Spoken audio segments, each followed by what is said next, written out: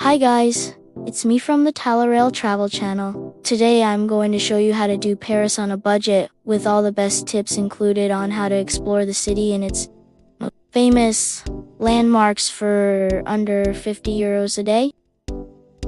So let us start off with getting around, because Paris can be an expensive city if you do know how to navigate it like a local. The first thing is definitely getting yourself a Navigo Easy Card. This is what all the locals use, and it gives you unlimited access to the metro and buses. But there are also other ways to get around Paris for really cheap. And if you're staying in central Paris, you can actually walk everywhere. It takes about 20 minutes to walk from one side of central Paris to the other. You can also bike around Paris, and there are plenty of rental stations all over the city where you can rent a bike for about €1 an hour. And biking is actually a great way to see the city. I did it when I lived there, and there are dedicated bike paths along the river and throughout the parks. Also, if you have a hotel or Airbnb near a metro station, you can always take public transport out to the outskirts of the city and then bike back. That's how I would visit places like Disneyland or Versailles on a budget. So now that we've got cheap transportation covered, let's move on to some of the free things to do in the city. Because there are actually a lot of famous landmarks that you can visit without paying a cent. Obviously, you can't go to Paris without seeing the Eiffel Tower, and although you have to pay to go up it, you don't have to pay to see it from afar. There are plenty of great viewpoints around the Champ de Mars and where you can take in the beauty of the Eiffel Tower for free. You also can't miss Notre Dame, which is another iconic landmark that you can see from the outside without paying anything. Then there's also the beautiful neighborhood of Montmartre, where you can stroll through the place to Notre and see artists painting or even get a portrait done. And there's also the gorgeous Cour Basilica, which you can visit for free. Then lastly, my personal favorite is to walk along the Seine and check out all the different islands and bridges. It's such a quintessential Parisian experience. And you can even have a picnic lunch on one of the many grassy patches along the riverbank. If you want to go inside some of the famous landmarks and attractions, then let's talk about doing it for cheap.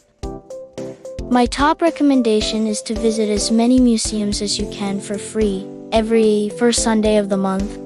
All national museums in France are free from 12 p.m. to 6 p.m. So you can plan ahead and check them out. One museum that I highly recommend is the Louvre, because even though there is a fee to enter, it is truly a world-class museum that is home to some of the most famous artworks in the world. The same goes for the d'Orsay, which has an incredible collection of Impressionist and Post-Impressionist masterpieces. So definitely try to go to both of these on a Sunday to save money. Another tip is to download the app with museums, which allows you to book time slots for free. You can book up to 2 days in advance at 8 a.m. and you can choose from various museums such as the Centre Pompidou and the Musée Rodin. So make sure to download that app and take advantage of free museum entries. Speaking of free, there are plenty of churches in Paris that are free to visit, and they often have stunning architecture. Inside, I personally loved visiting the Sainte-Chapelle, which is known for its beautiful stained glass windows. But there are also other churches like Notre Dame and Saint Sulpice that are also worth checking out.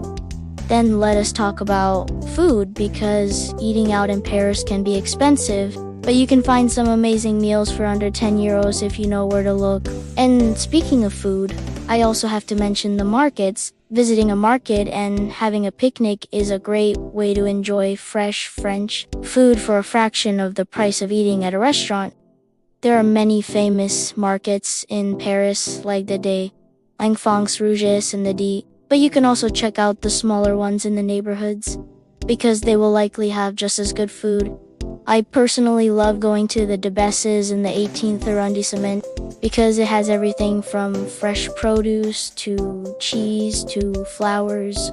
So once you pick up your food, you can head to one of the many parks around the city and have a picnic lunch.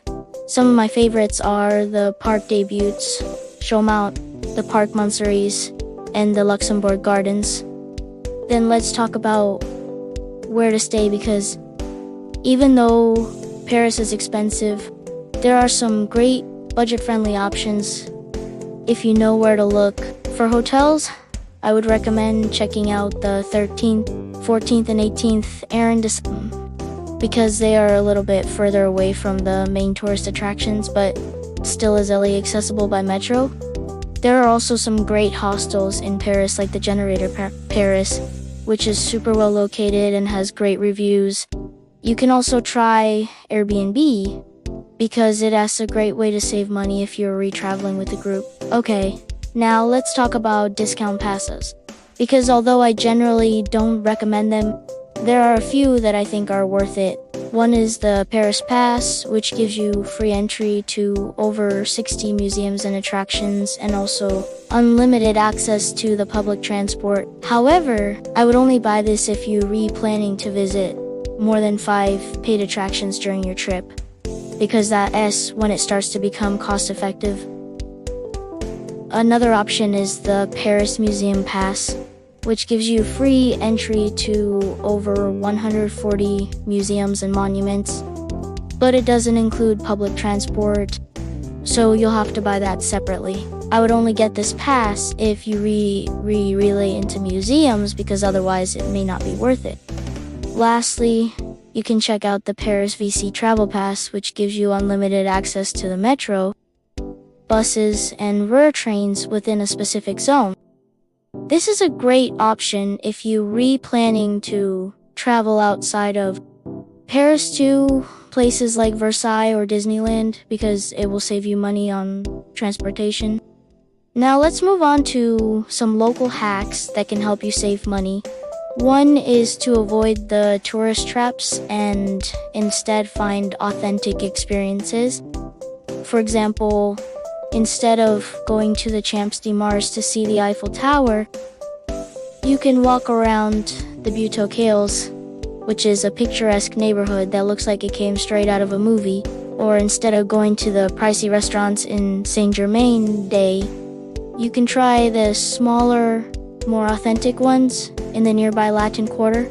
These are just a couple of ideas, but you can do some research before your trip to find other hidden gems that are off the beaten path.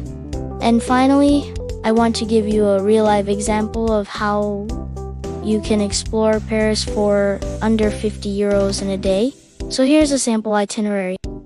Start off by taking the metro to the Trocadero and marveling at the beauty of the Eiffel Tower. Then you can walk around the Champs de Mars and have a picnic lunch that you picked up from the grocery store. After lunch, you can head to the nearby d'Orsay and take advantage of the free admission on the first Sunday of the month. After the museum, you can walk along the Seine and cross the Pont-Neuf Bridge. Then you can explore the charming streets of the Marais district and grab a sweet crepe for dessert. And if you have time, you can end your day by visiting the beautiful Sainte-Chapelle. Overall, I hope this video has given you some helpful tips on how to explore Paris on a budget. It is possible to have an amazing trip without breaking the bank if you plan ahead and do some research. Thanks for watching, and I hope you have a wonderful day. Bye guys.